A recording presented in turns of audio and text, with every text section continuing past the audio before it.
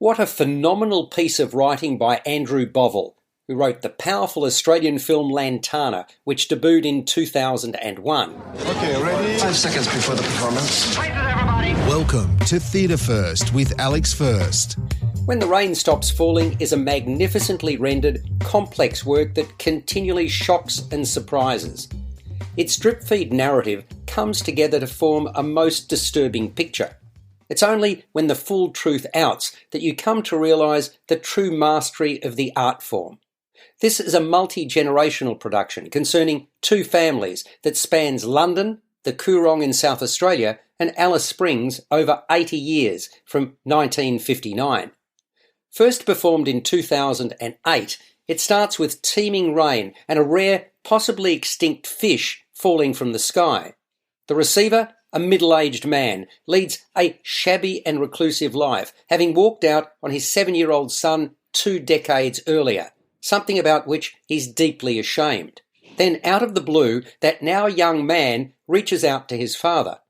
At the same time, we get the story of another 20-something-year-old Englishman who has an awkward relationship with his alcoholic mother. She and her husband separated when he was but a child. She refuses to talk about her ex.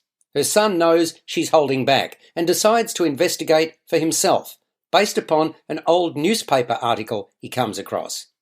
That necessitates a trip to Australia, where by chance he meets a local woman, 24, who lost both her parents. She manages a roadhouse. She feeds him and puts him up for a few nights. The pair strikes up a relationship. All this is overlaid by evocative reflections on climate change and extinction, an important and recurring theme which runs through When the Rain Stops Falling. I've merely given you the bare bones. There's so much more to this yarn, or better put, these interconnected tales. The performances led by Francis Greenslade are superb. His opening monologue, which sets the scene, is intriguing and assured. Greenslade fills 2 roles, that of 2 fathers, each with sons, with distinction. Darcy Kent comes across as sensitive and caring as those sons, longing to know more.